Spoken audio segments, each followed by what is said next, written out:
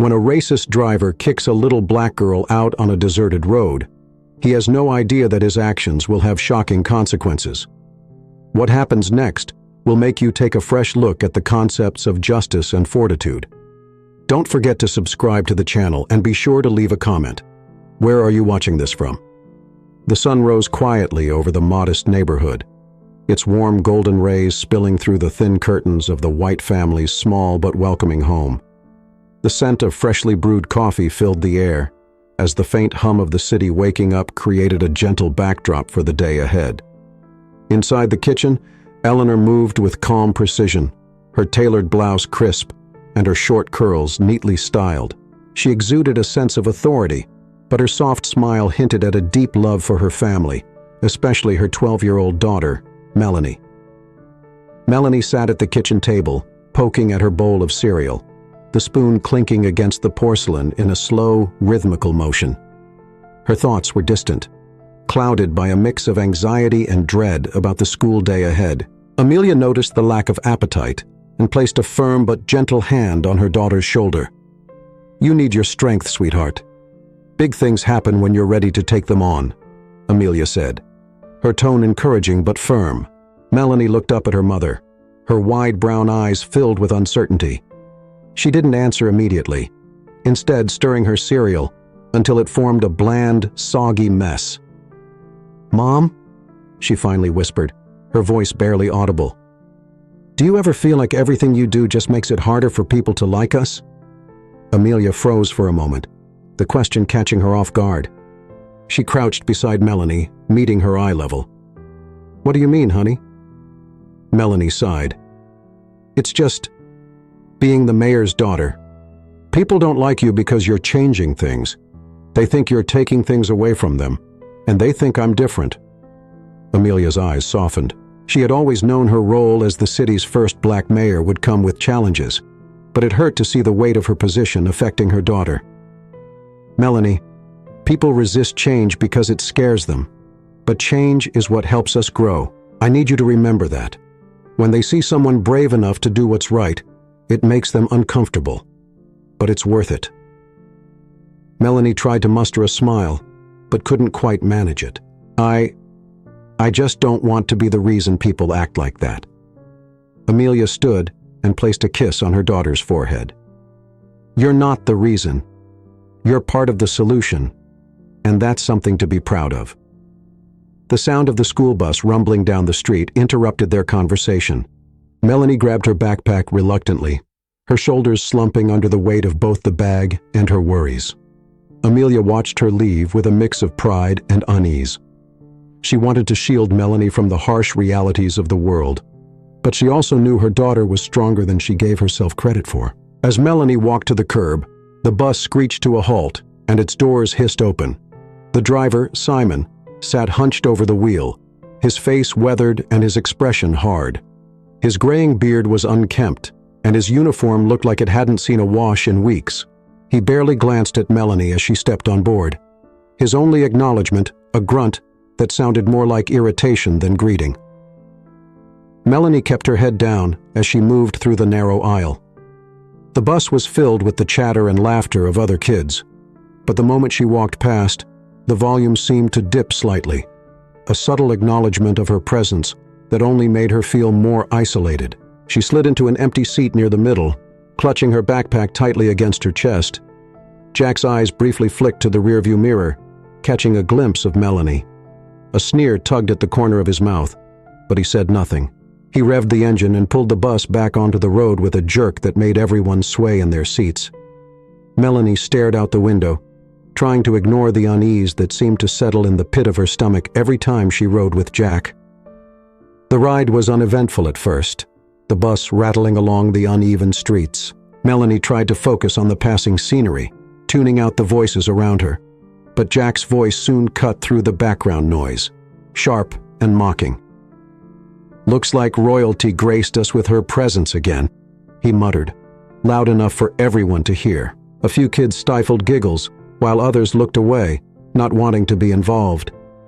Melanie's cheeks burned, but she didn't respond. She had learned that silence was often the best defense against people like Jack, Still, the sting of his words settled heavily on her heart. As the bus continued, Jack's jabs grew bolder. Bet it must be nice having a mom who tells everyone else what to do. Maybe she should tell you how to sit still and keep quiet. Melanie gripped the straps of her backpack tighter, her knuckles turning white. She refused to give him the satisfaction of a reaction, but tears pricked the corners of her eyes. When the bus finally reached the school, Melanie was one of the first to get off. She kept her head down, avoiding eye contact with anyone as she hurried into the building. Her heart was pounding, her face still flushed with embarrassment and anger. She didn't look back at Jack, but she could feel his eyes on her, a lingering reminder of the powerlessness she felt. Inside the school, Melanie tried to shake off the morning's events, but the tension clung to her like a shadow. She spent most of the day quietly navigating her classes, avoiding unnecessary attention. By the time the final bell rang, she felt a mix of relief and dread.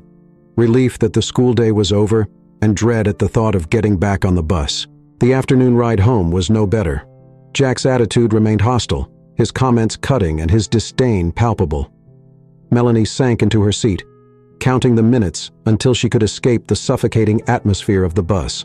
When they reached her stop, she bolted out the door without a backward glance, her legs carrying her as quickly as they could toward the safety of home.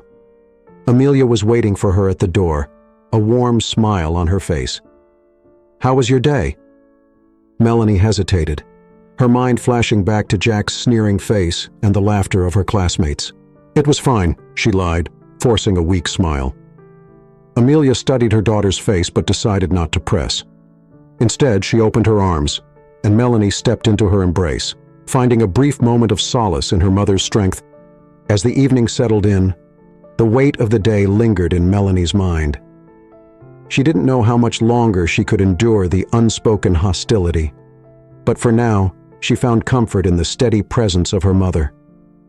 Little did she know, the events of tomorrow would test her resilience in ways she could never have imagined. The morning sun barely broke through the thick clouds as Melanie stood at the curb, clutching her backpack with both hands. The air felt heavier today, as though the world itself knew something was about to go wrong. She tried to steady her breathing, focusing on the rhythm of the approaching bus. Its familiar groan echoed down the quiet street, a metallic reminder of the uneasy truths she faced each day on her ride to school. The bus screeched to a halt in front of her, and the doors hissed open, revealing Simon's ever-sour expression. His tired eyes flicked toward her with something that resembled disdain more than acknowledgement. He didn't bother with a greeting. Instead, his hands gripped the steering wheel as he waited impatiently for her to climb aboard. Melanie stepped onto the bus, her sneakers squeaking faintly against the worn rubber flooring. The atmosphere inside was as stifling as ever. Children were scattered across the seats, their chatter momentarily softening as they noticed her. Melanie didn't look up, focusing instead on finding her usual spot halfway down the aisle. She slid into the seat nearest the window, her small frame sinking into the worn fabric. She pressed her forehead against the cool glass, hoping the bus ride would be uneventful. Jack glanced at her through the rearview mirror, his lip curling slightly. He revved the engine with unnecessary force, and the bus lurched forward, jolting Melanie against the seat. She gritted her teeth, gripping the edge of the seat for balance as the bus settled into its usual rattling pace. The first few minutes were calm, the murmurs of conversation filling the air. Melanie stared out at the passing streets, her thoughts drifting to the day ahead. But the illusion of peace shattered when Jack's voice broke through the noise. "Looks like our little Miss Royalty is gracing us with her presence again," he muttered, his voice dripping with mockery. Though his words were quiet enough to seem casual, they carried across the bus, drawing the attention of the other students. Melanie felt the familiar burn of embarrassment rise in her cheeks. She focused harder on the window, pretending not to hear him. The bus grew quieter, the usual chatter dimming as curious eyes darted toward her. A few students exchanged nervous glances, unsure whether to laugh or stay silent. Jack didn't stop. He glanced at the rearview mirror again, clearly enjoying the way Melanie's shoulders tensed. "Must be nice having a mom who thinks she's in charge of everything. Bet she's teaching you how to boss people around, huh?" A faint snicker came from the back of the bus. Melanie's grip on her backpack tightened until her knuckles turned white. She kept her gaze locked on the window, refusing to give Jack the satisfaction of a reaction. The bus continued its rattling journey, the atmosphere thick with tension. Jack's jabs grew bolder, his tone more pointed. "Bet you think you're better than the rest of us, don't you?" he sneered. "Well, newsflash, kid. Out here, you're just another passenger. No special treatment." Melanie's heart pounded in her chest, each word cutting deeper than the last. She fought back the tears that threatened to spill, knowing they would only make things worse. She tried to remind herself of her mother's words. That strength came from standing tall in the face of adversity. But in this moment, strength felt like an impossible luxury. The bus turned onto a stretch of quiet road, the city's bustling streets giving way to empty fields and dense woods. The chatter faded into uneasy silence, the other students sensing the shift in Jack's demeanor. His hands gripped the steering wheel tighter, his knuckles whitening as he guided the bus toward the side of the road. With a sudden jolt, the bus came to an abrupt stop, the force of it throwing Melanie forward slightly, her backpack sliding off her lap. Confused murmurs rippled through the bus as students looked around, their faces a mix of curiosity and concern. Jack turned in his seat, his eyes locking onto Melanie. The smirk on his face was gone, replaced by something colder, more menacing. "You!" he barked, his voice sharp enough to cut through the silence. Melanie's stomach dropped. "What?" she whispered, barely audible. "I said out," Jack repeated, his voice rising. "You think you're too good for this bus? Fine, you can walk the rest of the way." A few students gasped. Others exchanged uneasy looks, unsure if this was some cruel joke or a serious command. Melanie's heart raced as she looked around for help, but no one spoke up. The weight of their silence crushed her. "You can't do that," she managed to say, her voice trembling. "I can do whatever I damn well please," Jack snapped. "Now get off my bus." For a moment, Melanie stayed frozen in her seat, her body refusing to move. Jack's glare hardened, and he leaned over the steering wheel, his posture radiating hostility. "You think I'm playing around? Get off." The words hit her like a slap. Slowly, Melanie stood, her legs feeling like lead as she made her way toward the front of the bus. She could feel the stares of her classmates boring into her back, a mix of pity and fear in their eyes. She kept her head down, her hands clutching her backpack as though it were a lifeline. As she reached the door, Jack leaned closer, his voice dropping to a menacing whisper.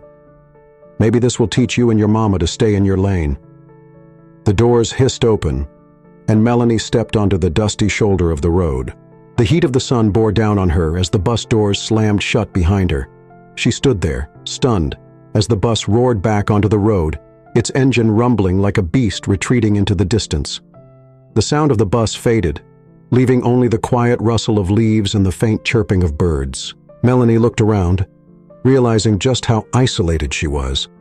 The road stretched endlessly in both directions, flanked by tall grass and dense woods. There was no sign of another vehicle, no indication of how far she was from home or safety. Her hands trembled as she adjusted the straps of her backpack, the reality of her situation sinking in. She was alone, miles from home, with no one to help her. A single tear slipped down her cheek, but she quickly wiped it away. Crying wouldn't get her anywhere. She had to move. Taking a deep breath, Melanie began walking.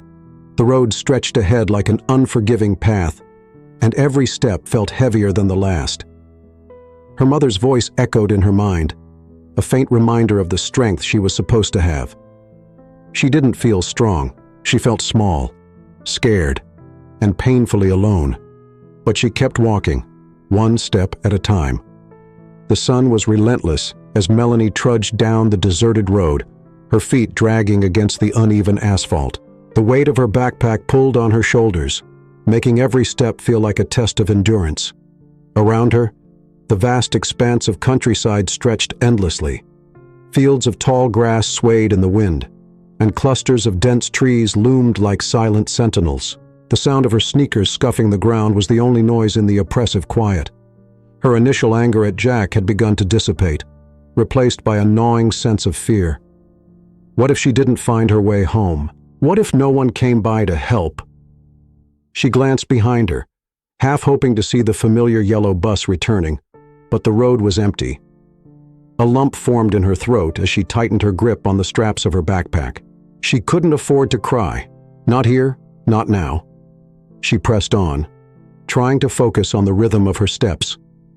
The sun beat down mercilessly, and sweat began to trickle down the sides of her face. Her throat felt dry, and she realized with a pang of regret that she hadn't brought a water bottle. She wiped her forehead with the back of her hand, smearing dirt and sweat across her skin. Memories of the morning flashed through her mind, each one a sharp reminder of how unfairly she'd been treated.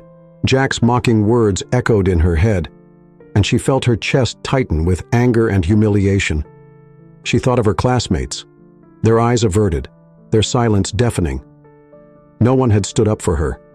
A gust of wind rustled the tall grass beside her, and Melanie jumped, her pulse quickening. She glanced nervously toward the trees, half expecting something to emerge from the shadows. She'd heard stories about wild animals in the area, coyotes, stray dogs. Her imagination began to spiral, conjuring images of glowing eyes and sharp teeth. She shook her head, trying to push the thoughts away. There was nothing out there. She was just scaring herself. The road stretched on, a ribbon of gray cutting through the landscape. Melanie's legs ached, and her pace slowed as the heat sapped her energy. She stopped for a moment, crouching on the side of the road to catch her breath. The grass brushed against her arms, its dry texture prickling her skin. She tried to remember the last time she had seen a car pass by on this road. It had been hours, maybe more. The isolation pressed down on her like a physical weight. As she sat there, she thought of her mother, Eleanor, strong, fearless, determined. Her mother would know what to do. She always did. Melanie pictured her sitting in her office, surrounded by stacks of papers, her phone buzzing with calls. Despite the chaos, she always had time for Melanie, always made her feel important. The memory brought a faint smile to her face, but it quickly faded when she realized the truth. Her mother didn't know where she was, and Melanie had no way to contact her. The thought made her chest tighten, and for a moment, she felt the familiar sting of tears. She blinked rapidly, refusing to let them fall. Her mother wouldn't cry in a situation like this. Her mother would keep moving no matter what. The sound of a distant engine broke through her thoughts, and Melanie's head snapped up. She scrambled to her feet, her heart racing as she turned toward the noise. A beat-up pickup truck appeared on the horizon, its dull red paint faded from years of use. Melanie hesitated, uncertainty and hope battling in her mind. She stepped closer to the road, raising one hand tentatively. As the truck approached, it slowed down, and Melanie's pulse quickened. The driver was a middle-aged man with a scruffy beard and a baseball cap pulled low over his eyes. He leaned out the window, his face lined with years of hard living. "You lost, kid?" he asked, his voice rough but not unkind. Melanie nodded, her throat too dry to speak. She cleared it and managed to croak, "I need to get home." The man studied her for a moment, his brow furrowing. "Where's home?" She hesitated. Her mother had always told her to be cautious around strangers, but what choice did she have? "In town," she said finally, "about 5 miles from here." The man scratched his chin, glancing at the empty road behind her. "You've been walking this whole time?" Melanie nodded again, and the man let out a low whistle. "Well, hop in. Ain't right for a kid to be out here alone." She hesitated, glancing at the truck's rusted exterior and the pile of tools and rags in the passenger seat. Something about the man seemed rough, but not threatening. Still, a small voice in the back of her mind urged caution. "I'm okay," she said quickly. "I'll keep walking," the man shrugged. "Suit yourself, but it's a long way, and it's only going to get hotter." He shifted gears, and the truck rumbled forward, leaving Melanie standing in its wake. She watched it disappear down the road, a pang of regret tugging at her. Maybe she should have taken the ride, but the thought of being trapped in a stranger's vehicle made her stomach churn. As the truck disappeared over the horizon, Melanie turned back toward the road. Her legs felt heavier with each step. and the sun seemed even harsher now. The fields on either side of her began to blur together, their golden hues merging into a sea of sameness. She tried to focus on the rhythm of her steps, counting them in her head to keep herself moving. Her thoughts drifted to her mother again, and this time a memory surfaced. A warm summer evening when she was 8 years old. They had gone to a park on the edge of town, and Amelia had taught her how to ride a bike. Melanie had fallen at least a dozen times, scraping her knees and elbows, but her mother had been patient, encouraging her to get back up every time. Amelia had said as she wiped the dirt from Melanie's hands, "It's about getting up, no matter how many times you fall." The memory brought a small smile to Melanie's face, and she straightened her shoulders, pushing through the fatigue. She would get home. She had to. The road ahead curved slightly, and as she rounded the bend, she spotted something in the distance. A small, weathered shack nestled at the edge of the trees. It looked abandoned, its paint peeling and its roof sagging, but the sight of it gave her a flicker of hope. Maybe there was water, or at least some shade where she could rest. She quickened her pace, her heart pounding as she approached the shack. As she drew closer, a figure emerged from the shadows. A tall, gaunt man with unkempt hair and a scruffy beard. He wore tattered clothes and held a walking stick in one hand. Melanie froze, her breath catching in her throat. The man noticed her and raised a hand in a cautious wave. "Don't be scared," he called, his voice rough but not threatening. "Just passing through." Melanie hesitated, her instincts screaming at her to run, but the man stayed where he was, his posture relaxed. "You look like you've been walking a long time," he said. "You need water?" Her throat burned with thirst, and the offer was tempting. She took a tentative step closer, her eyes never leaving the man. "You have water?" He nodded, reaching into a small pack slung over his shoulder. He pulled out a battered plastic bottle and held it out to her. "Here, take it." Melanie approached slowly, her heart pounding. She took the bottle and twisted off the cap, the cool liquid soothing her parched throat. The man watched her with a faint smile, his eyes kind but tired. "Long road ahead," he said. "You be careful out here."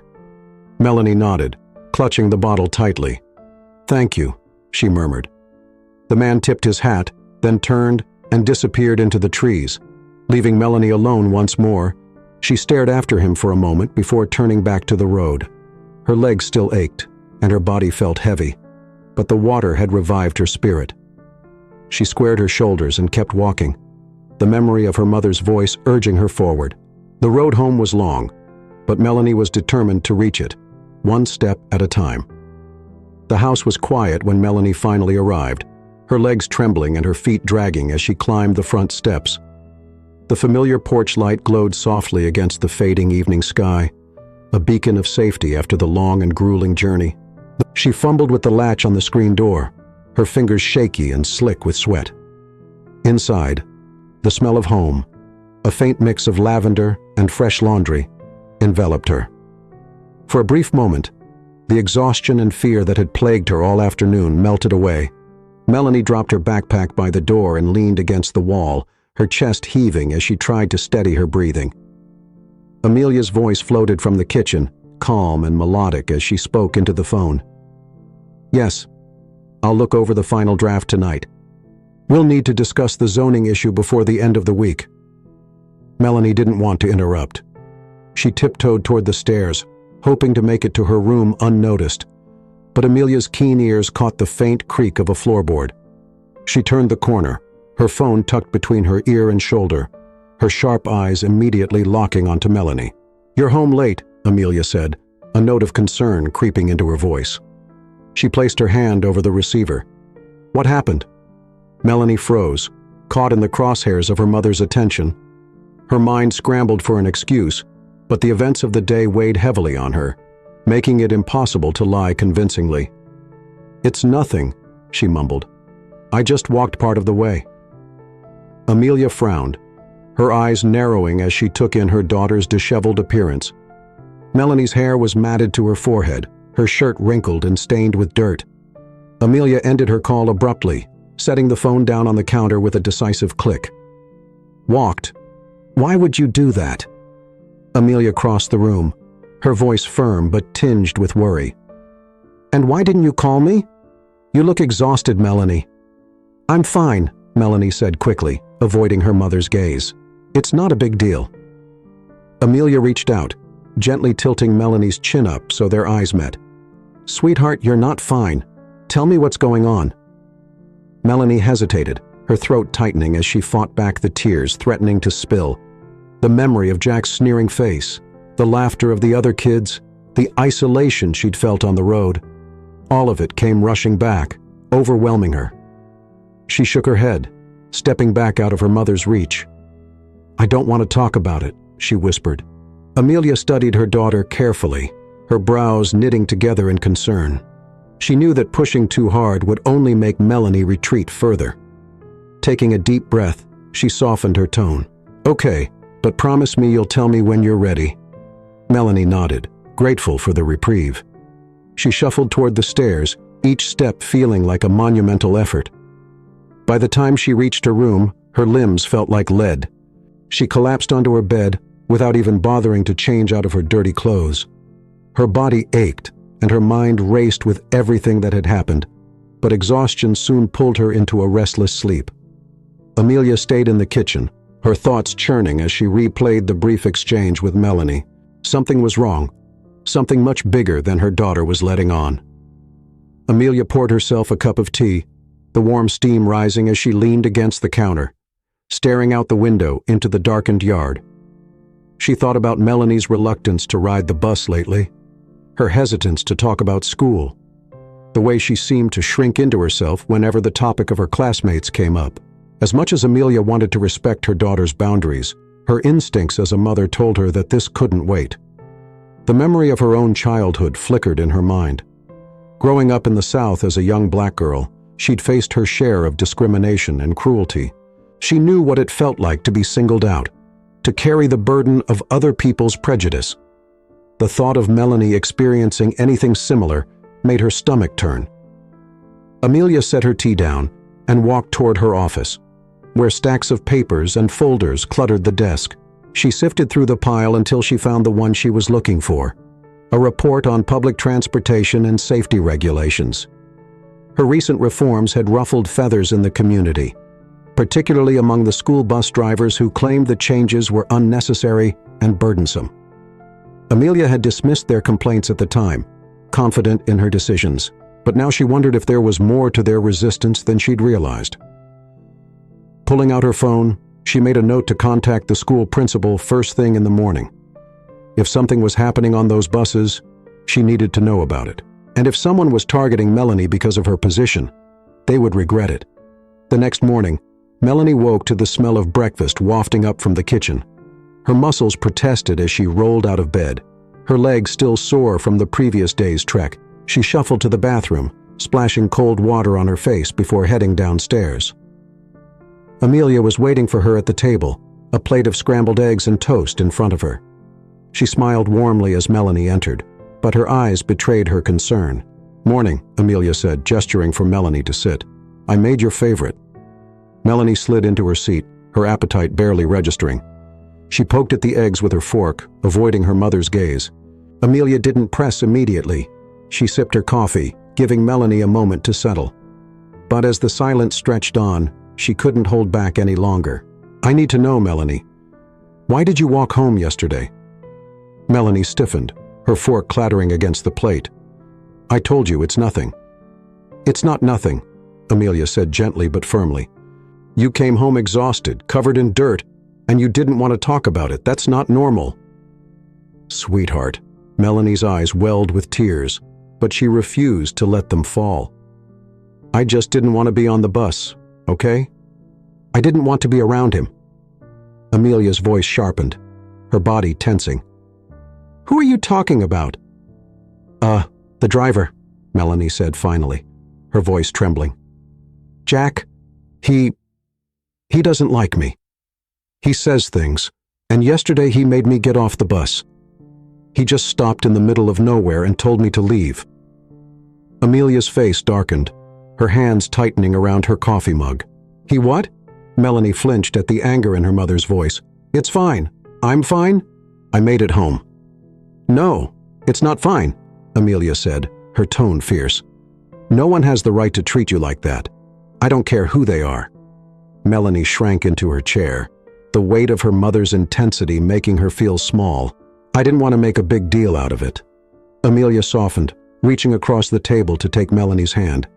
It is a big deal, and I'm going to make sure it never happens again. Melanie looked down at their joined hands, her mother's warmth grounding her in the moment. She nodded reluctantly, a small spark of relief flickering in her chest. For the first time since yesterday, she felt like she wasn't carrying the burden alone. As Amelia stood, determination etched into her features, Melanie couldn't help but feel a glimmer of hope. Her mother had always been a fighter, and now she was ready to fight for her. The school's administrative building loomed large in the morning light, its austere brick exterior a stark contrast to the soft autumn hues of the trees surrounding it. Amelia strode through the front doors, her heels clicking sharply against the polished floors. Her expression was calm, but determined, a practiced mask honed through years of navigating political battles. Inside, though, she felt a simmering rage. The thought of someone abusing their position to harm her daughter filled her with a quiet fury. The receptionist greeted her with a polite smile, clearly accustomed to dealing with the town's mayor. "Good morning, Mrs. White. Do you have an appointment?" "No, but I need to speak with Theodore immediately," Amelia said, her tone leaving little room for negotiation. The receptionist nodded and gestured toward a small waiting area. "I'll let him know you're here." Amelia said nothing, her eyes scanning the hallway as students passed by in clusters. Their laughter and chatter felt at odds with the storm brewing in her chest. After a few minutes, the principal appeared, a tall, balding man with wire-rimmed glasses and a slightly harried expression. He extended a hand in greeting. "Mayor White, to what do I owe this visit?" he asked, his tone polite but cautious. Amelia shook his hand firmly. "Theodore, we need to discuss the conduct of one of your employees. It's a matter of my daughter's safety." The principal's face shifted subtly, a flicker of concern crossing his features. "Of course, please step into my office." They walked into a modestly furnished room lined with bookshelves and decorated with framed certificates. Amelia took a seat across from Edward's, folding her hands neatly in her lap as he settled into his chair. "Now," he began, leaning forward slightly, "what seems to be the issue?"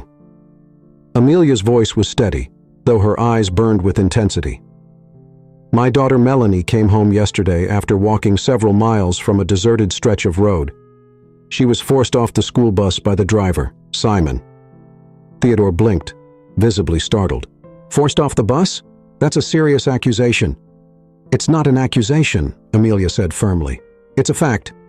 My daughter told me what happened, and she was too afraid to speak up before. This man humiliated her in front of her peers, endangered her by abandoning her miles from home, and has a history of making discriminatory remarks."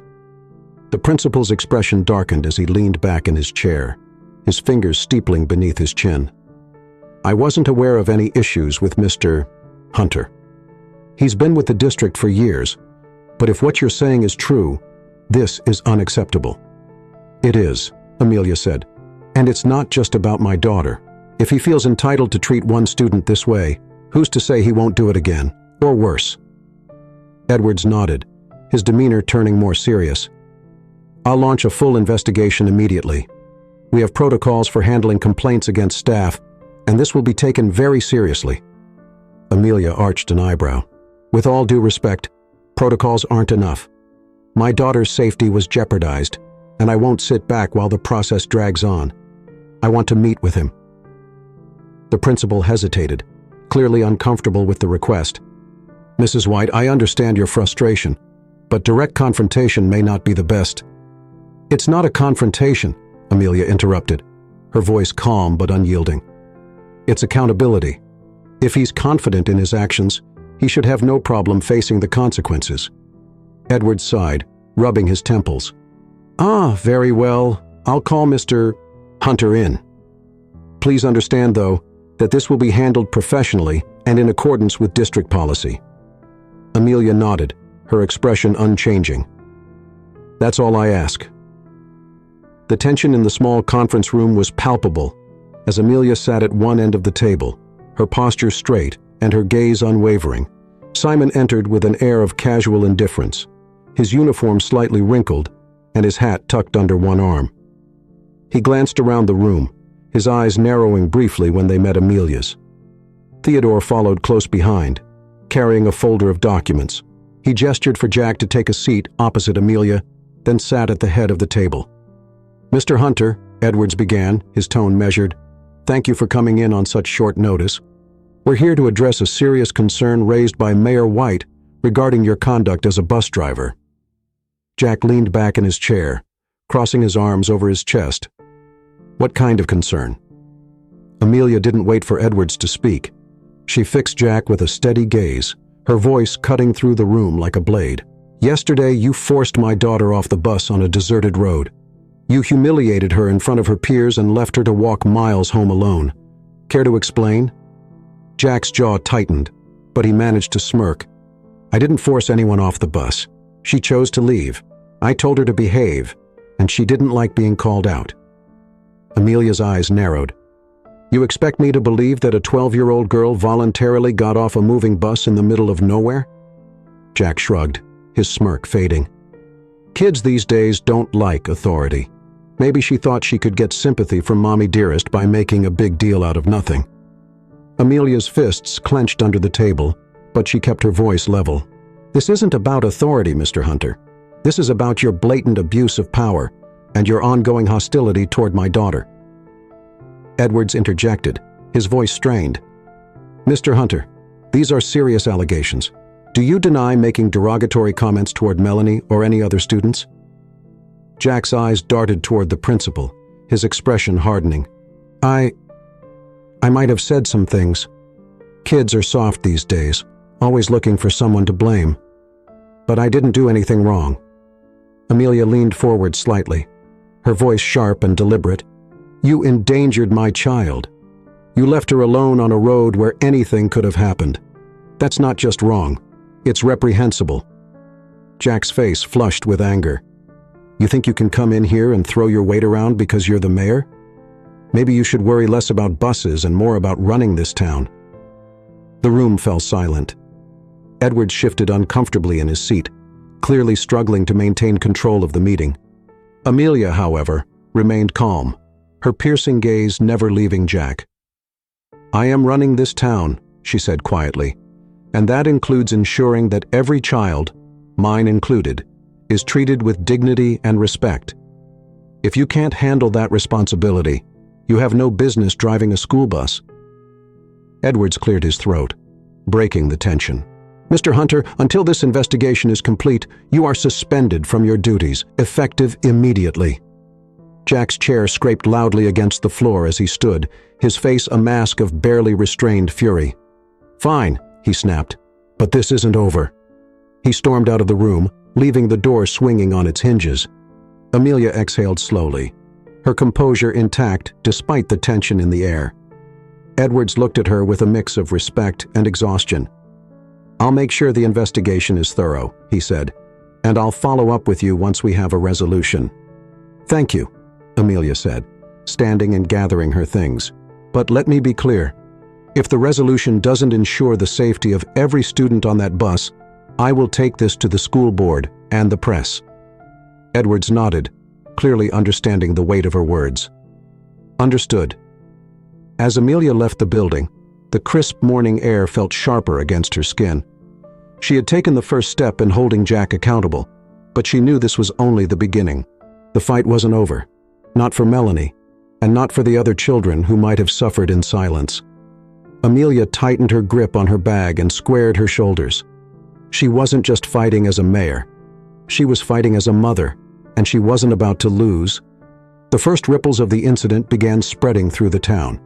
By the next morning, small whispers turned into full-blown conversations as word of Simon's suspension reached parents, teachers, and community members. By noon, local social media pages were ablaze with discussions. Posts speculated about what had happened, some blaming Jack for overstepping his authority. while others accused Eleanor of using her position to push her personal agenda.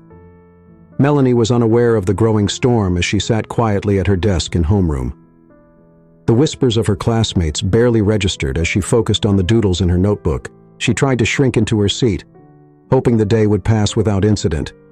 But her unease only grew as she noticed the sidelong glances and hushed conversations around her. "Did you hear?" one boy muttered to his friend. "Hunter got suspended. Heard it had something to do with the mayor's kid."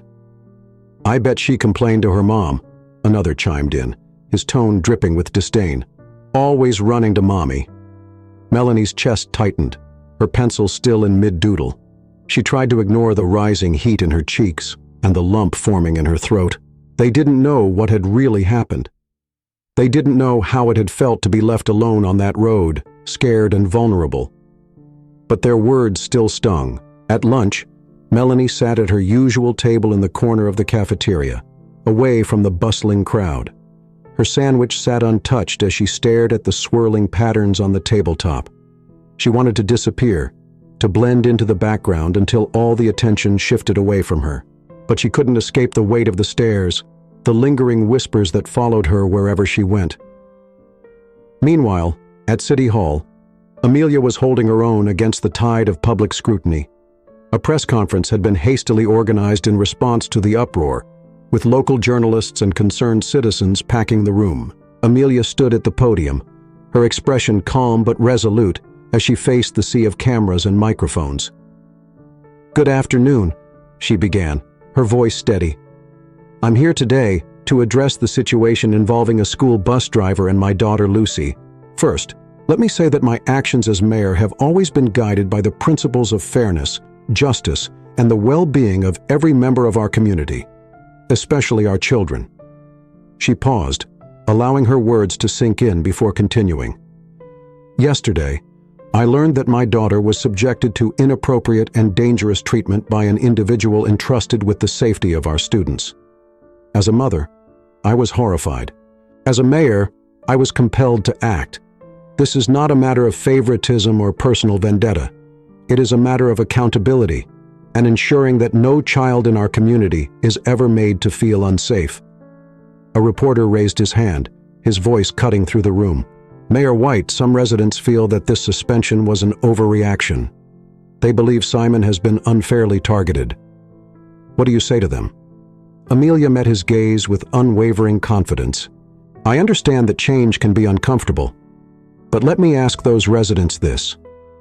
If it were their child, their son or daughter, who had been left on the side of a deserted road, would they still call this an overreaction? The safety of our children is not negotiable." Another reporter jumped in. "There are claims that this incident is being used to push your broader agenda on transportation reform. How do you respond to that?" Amelia's lips pressed into a thin line before she responded. "My transportation reforms are about improving efficiency, safety, and fairness across our system. They are unrelated to this specific incident, which is a clear example of one individual abusing their authority.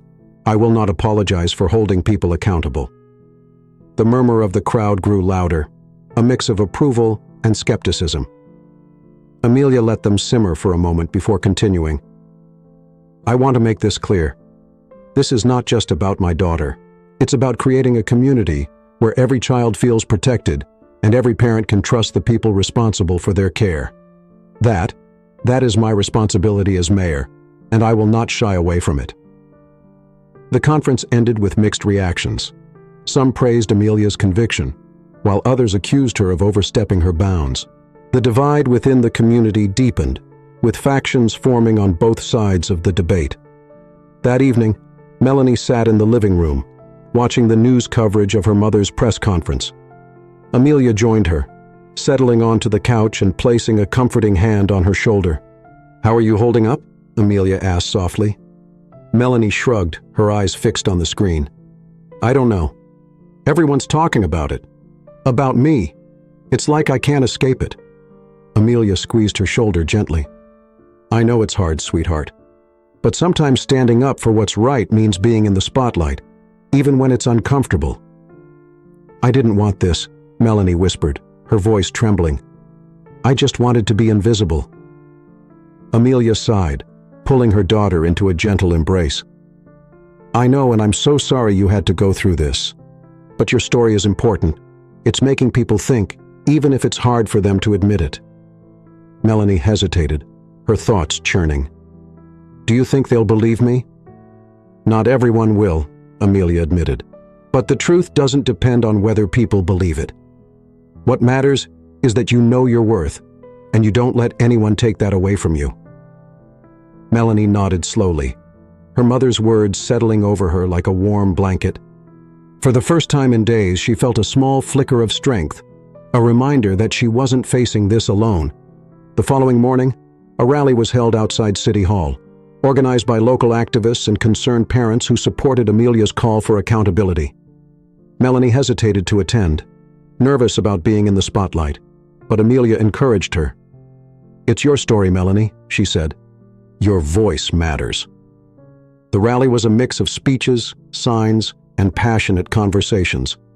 Melanie stood quietly by her mother's side, her heart pounding as she watched the crowd gather.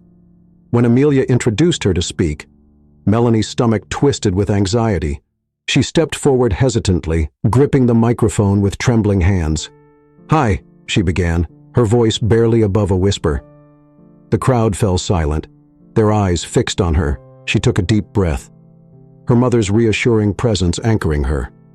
"I didn't ask for any of this," she continued, her voice growing steadier. "I didn't want to be the center of attention. But what happened to me wasn't okay, and it's not just about me. It's about every kid who's ever felt scared or helpless because someone in power didn't treat them the way they should." Her words hung in the air, resonating with the crowd. A few people clapped their support, giving her the courage to keep going. "My mom always says that standing up for what's right isn't easy. But I think she's right. It's scary and it hurts, but it's important. So thank you for listening and for believing that things can get better." The applause was thunderous, the crowd erupting in cheers as Melanie stepped back, her cheeks flushed with a mix of pride and relief. Amelia pulled her into a hug, whispering, "You were amazing." For the first time in what felt like forever, Melanie felt a sense of peace. Her voice had been heard, and her story had made a difference. Ahead was still uncertain, but for the first time, she believed it could lead to something better. The city's division was more pronounced than ever. The aftermath of Melanie's speech at the rally had sent shockwaves through the community. Supporters praised her bravery, seeing her as a symbol of resilience and justice. Detractors, however, accused Amelia of exploiting her position and turning a personal grievance into a public spectacle. The air in the town was thick with tension, and everyone seemed to have an opinion. Amelia, as always, faced the scrutiny head-on. In the days following the rally, she worked tirelessly to push forward new safety measures for school transportation. These measures included mandatory cameras on buses, stricter hiring protocols for drivers, and enhanced training on diversity and professionalism. Each of these proposals faced resistance, but Amelia was undeterred. At the same time, Theodore completed the school's internal investigation into Simon's conduct. The findings were damning. Multiple students had come forward anonymously, recounting similar incidents of mistreatment and verbal abuse. Jack's behavior was no longer an isolated event. It was part of a troubling pattern. When the school board convened to discuss the findings, Amelia attended the meeting as both a mayor and a concerned parent. The atmosphere in the room was tense, with a mix of parents, teachers, and community members packing the seats. Simon was present as well, sitting stiffly at the end of the room with his union representative. The board chair, a stern woman with salt and pepper hair, called the meeting to order. "We're here today to discuss the findings of the investigation into Mr. Hunter's conduct and to determine the appropriate course of action. Mayor White, you've requested to speak. You have the floor." Amelia rose, her expression calm but resolute. "Thank you, Georgia. I appreciate the opportunity to address this board, not just as the mayor of this town, but as a mother whose child was directly impacted by Mr. Hunter's actions." She paused, scanning the room. "The findings of this investigation confirm what I already knew, that Mr. Hunter abused his position and endangered the safety of the students under his care. My daughter was forced off a bus, left miles from home on a deserted road because of his prejudices and lack of professionalism. But she was not the only one. Other children have come forward, and their stories paint a clear picture of a man unfit for his role. Jack shifted uncomfortably in his seat, his jaw clenched. Amelia continued, her voice steady. This is not about revenge. This is about accountability. We entrust our children to the care of this school district every day, and we have a right to expect that they will be treated with respect and dignity. Mr. Hunter violated that trust, and there must be consequences. When she finished, the room erupted into murmurs. Some parents nodded in agreement, while others exchanged skeptical glances. Jack's union representative rose next, defending his client with arguments about his years of service and the alleged misunderstanding of his actions. The debate raged on for nearly an hour, with tensions running high on both sides. In the end, the board voted unanimously to terminate Simon's employment. The decision was met with mixed reactions, applause from some parents, angry mutters from others. Jack stormed out of the room without a word, his face red with fury. The weeks that followed were a whirlwind of change. Amelia's safety reforms were implemented across the school district despite vocal opposition from certain factions of the community. The installation of cameras on school buses became a symbol of progress for some and a point of contention for others, but Amelia remained steadfast, knowing that the measures would protect children and hold drivers accountable. Melanie, too, found herself adjusting to a new reality. The attention from the rally gradually faded, and life at school began to return to normal. Though some students still whispered behind her back, others approached her with words of support. One afternoon, as she walked to her locker, a girl from her math class stopped her. "Hey, Melanie," she said shyly. "I just wanted to say what you did at the rally was really brave. I don't think I could have done that." Melanie blinked in surprise. "Oh, thanks." The girl smiled. "If you ever want to sit with us at lunch, you're welcome to." Melanie felt a small spark of warmth in her chest. "Thanks. I might take you up on that." The encounter was brief, but it left Melanie feeling lighter. Slowly but surely, she began to find her place again. One evening, as the sun dipped below the horizon and bathed the town in hues of gold and orange, Amelia and Melanie sat together on the front porch. The air was cool, carrying the faint scent of blooming flowers. Amelia sipped her tea, her gaze distant as she reflected on the past few weeks. "You've been quiet," she said, glancing at Melanie. "How are you feeling?" Melanie shrugged, fiddling with the hem of her sweatshirt.